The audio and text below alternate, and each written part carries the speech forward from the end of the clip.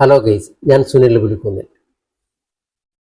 സംവരണം എന്നാൽ എന്താണ്, എന്തിനു വേണ്ടിയാണ് സംവരണം എന്നതിനെ കുറിച്ച് ഞാനൊരു വീഡിയോ ചെയ്യാനുള്ള കാരണം, ചില ഞരമ്പ് രോഗികൾ വന്നിട്ട് ഈ സംവരണം ഉള്ളതിന്റെ അഹങ്കാരമാണ് നിങ്ങൾക്കൊക്കെ, ഈ സംവരണം നിർത്തിയാൽ തീരാവുന്നതേ ഉള്ളൂ ഈ പ്രശ്നം എന്നൊക്കെ വന്ന് പറഞ്ഞിട്ട് നമ്മളെ ശരിക്കും അവഹേളിക്കുന്ന രീതിയിലുള്ള കമന്റുകൾ എഴുതാറുണ്ട്.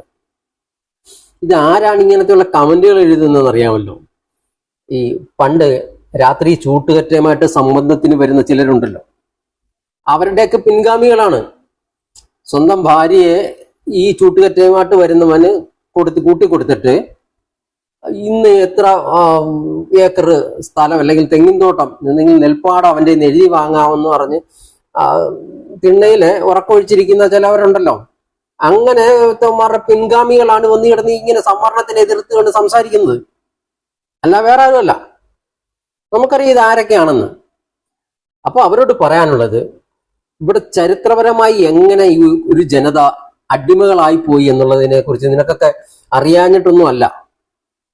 ഇവിടെ ഈ ജാതി എങ്ങനെ ഉണ്ടായെന്നും ഈ സാമൂഹികപരമായിട്ടും വിദ്യാഭ്യാസപരമായിട്ടും ഇവരെയൊക്കെ എങ്ങനെ മാറ്റി നിർത്തിയെന്നും എന്നൊക്കെയുള്ള കാര്യം നിനക്കൊന്നും അറിയാൻ വയ്യാഞ്ഞിട്ടുള്ളതല്ല.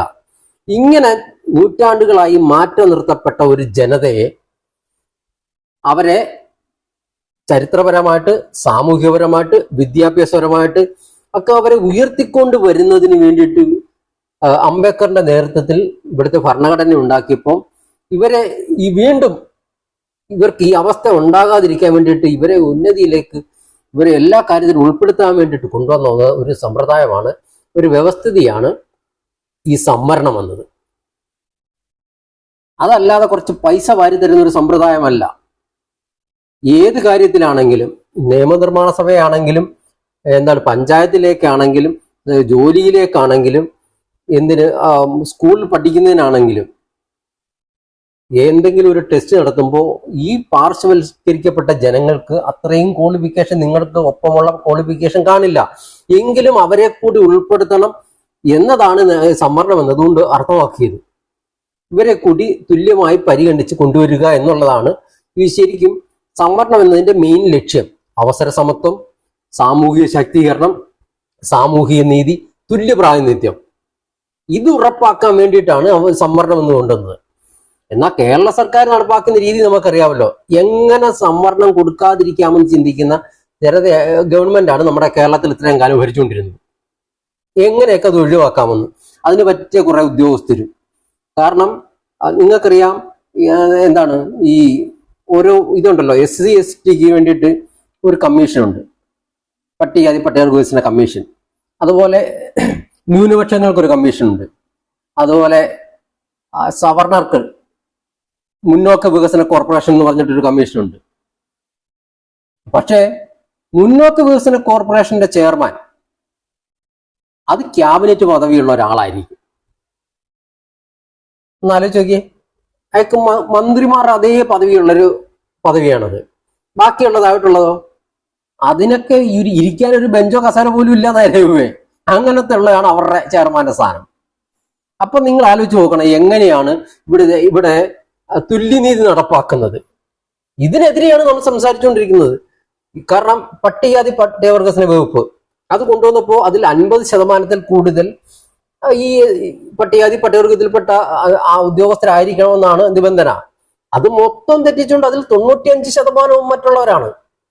ഇവരുടെ മെയിൻ ലക്ഷ്യം എന്താണെന്നറിയോ? എങ്ങനെ ഇവർക്ക് വരുന്ന പൈസ കൊടുക്കാതിരിക്കാം, അല്ലെങ്കിൽ ഫണ്ട് ഇവർക്ക് എങ്ങനെ കൊടുക്കാതിരിക്കാം എന്ന് മാത്രമാണ് ഇവർ ചിന്തിക്കുന്നത്. ഇതെങ്ങനെ ലാപ്സാക്കി സർക്കാരിലേക്ക് തിരിച്ചു കൊണ്ടുപോകാം. ഓരോ ഗവൺമെന്റ് വരുമ്പോഴും പട്ടികജാതി പട്ടികവർഗത്തിന് വേണ്ടി വികസനത്തിനായിട്ട് ഇത്രയോ കോടി രൂപ മാറ്റിവെക്കും. അത് മാത്രമേ പത്രങ്ങളിൽ വരികയുള്ളൂ. ആ കൊല്ലത്തിന്റെ അവസാനം എത്ര കോടി രൂപ ലാപ്സായി പോയി എന്നതിനെ കുറിച്ച് ഇവരാരും സംസാരിക്കില്ല. ഇതൊക്കെ വകമാറ്റി സർക്കാർ വേറെ ആവശ്യത്തിന് ഉപയോഗിക്കുകയാണ്. എങ്ങനെ ഇവരെ ഉയർത്തിക്കൊണ്ട് വരാതിരിക്കാം എന്ന് മാത്രമാണ് ഈ വികസന കോർപ്പറേഷന്റെ എല്ലാ സ്റ്റാഫുകളുടെയും ചിന്ത. അവിടെ ഇരിക്കുന്ന മൊത്തം സ്റ്റാഫുകളുടെയും ചിന്ത അതാണ്, എങ്ങനെ ഇവരെ ഉയർത്തിക്കൊണ്ട് വരാതിരിക്കാം. നിങ്ങൾ ആലോചിച്ച് നോക്കൂ, ഇപ്പൊ സംവരണത്തിന്റെ ഈ മുന്നോക്കത്തിൽപ്പെട്ട പിന്നോക്കക്കാർക്ക് എന്നുവെച്ചാൽ സാമ്പത്തികമായിട്ട് പിന്നോക്കം നിൽക്കുന്നവർക്ക് ഉള്ള സംവരണം ഏർപ്പെടുത്തിയല്ലോ. ഇന്ത്യയിലെ വേറൊരു സ്റ്റേറ്റിൽ നടപ്പാക്കിയിട്ടില്ല, പക്ഷെ കേരളത്തിൽ ആദ്യമേ നടപ്പാക്കി. കാരണം എന്താണ്? ഇവിടെ ഭരിക്കുന്നത് അവരാണ്, കരയോ കമ്മിറ്റിക്കാർ അവിടെ ഭരിക്കുന്നത്. അതിന്റെ വ്യവസ്ഥയോ 8 ലക്ഷം ഉണ്ടെങ്കിൽ, വാർഷിക വരുമാനം 8 ലക്ഷം ഉണ്ടെങ്കിൽ നിങ്ങൾക്ക് സംവരണമാണ്. അത് 2.5 ഏക്കറൊക്കെ ഉണ്ടെങ്കിൽ നിങ്ങൾക്ക് കിട്ടും, കുഴപ്പമില്ല. പക്ഷെ ഈ SC/ST വിഭാഗക്കാര് ST ആണെങ്കിൽ 25,000 രൂപ കൂടുതൽ 1 രൂപ ഉണ്ടെങ്കിൽ നിങ്ങൾക്ക് 1 രൂപ തരുന്നില്ല. SC ആണെങ്കിൽ 2 ലക്ഷം രൂപ കൂടുതലുണ്ടെങ്കിൽ നിങ്ങൾക്ക് ഒരു 10 പൈസയുടെ ആനുകൂല്യം കിട്ടത്തില്ല. നിങ്ങളുടെയൊക്കെ ആരെങ്കിലും വീട്ടിൽ പിയൂണായിട്ട് ഒരുത്തിനെങ്കിലും സർക്കാർ ജോലി കിട്ടിയിട്ടുണ്ടെങ്കിൽ അപ്പൊ കൊണ്ട് അവനെ കൊണ്ട് അവിടുത്തെ റേഷൻ കാർഡ് സർവേ ചെയ്യിക്കും, അവന്റെ റേഷൻ കാർഡ് മാറ്റിക്കും. ബാക്കിയുള്ള കുടുംബാംഗങ്ങൾക്കാർക്കും പിന്നെ 1 രൂപയുടെ ആനുകൂല്യം കിട്ടാത്ത രീതിയിലേക്ക് ഇവന്മാരില്ലാതാക്കും. ഇങ്ങനെയാണ് സംവരണം ഇവിടെ നടപ്പിലാക്കിക്കൊണ്ടിരിക്കുന്നത്. കാരണം ഇന്ത്യക്ക് സ്വാതന്ത്ര്യം കിട്ടി ഇത്രയും കാലമായിട്ടും കോടിക്കണക്കിന് രൂപ SC/STയുടെ വികസനത്തിന് വേണ്ടി മാറ്റിവെക്കുന്നു. എന്തുകൊണ്ട് ഇവർ രക്ഷപ്പെടുന്നില്ല എന്നിട്ടാണ് ഈ ഊളന്മാര് വന്ന് ചോദിക്കുന്നത്. ഇങ്ങനെയാണെന്ന് ഇവിടെ നടപ്പാക്കുന്നേ.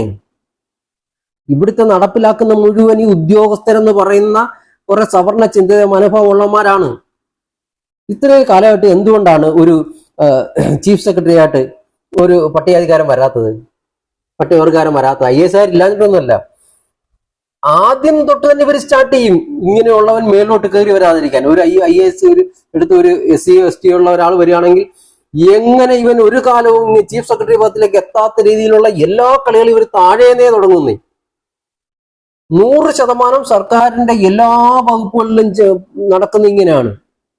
അതിന് ഇനി ഏത് പാർട്ടി അധികാരത്തിൽ വന്നാലും ഈ ഭരിക്കുന്ന ബ്യൂറോക്രാറ്റ് എന്ന് പറയുന്നത് ഇതുപോലെ നെറിയട്ട ജാതീയത കൊണ്ടു നടക്കുന്ന കുറെ എണ്ണമാണ്. ഇവിടെയൊക്കെ മനസ്സിലിതാണ്. ഹിന്ദുക്കൾക്ക് വേണ്ടി മാത്രമാണല്ലോ ദേവസ്വം ബോർഡ്. അതിൽ എത്ര പട്ടികജാതിക്കാരുണ്ട് നിങ്ങളൊന്ന് കണക്കെടുത്ത് നോക്ക്. എത്ര ST ഉണ്ടെന്ന് അതിലൊന്ന് നോക്ക്. മൊത്തം ഈ മുന്നോക്കക്കാരാണെന്നേ. എന്നിട്ട് ഇവന്മാർക്ക് പിന്നെയും 10% കൂടെ സംവരണം. കുറെ നാറികൾ വന്ന് കിടന്ന് പറയുവാണ് സംവരണം സംവരണം അല്ലെങ്കിൽ നിർത്തലാക്കുമെന്ന് ഞങ്ങൾക്ക് അറിയാവുന്നതാണേ. ഇത് 10 വർഷത്തേക്കുള്ള വെച്ചിരുന്നത്. ഈ ഭരണഘടന എഴുതുമ്പോൾ 10 വർഷത്തേക്കാണ് വെച്ചിരുന്നത്. കാരണം 10 വർഷം കൊണ്ട് ഗവൺമെന്റുകൾ അതിൻ്റെതായ രീതിയിൽ ഇത് നടപ്പിലാക്കിയിരുന്നെങ്കിൽ 10 വർഷം കൊണ്ട് ഇതിനെ ഡെവലപ്പ് ആയനെ. ഇത്ര സ്വാതന്ത്ര്യം കിട്ടിയിട്ട് ഇത്രയും കൊല്ലമായിട്ട് ഇത് വിജയിക്കാതെ പോയത് ഇത് നടപ്പാക്കാത്തോണ്ടാണ്.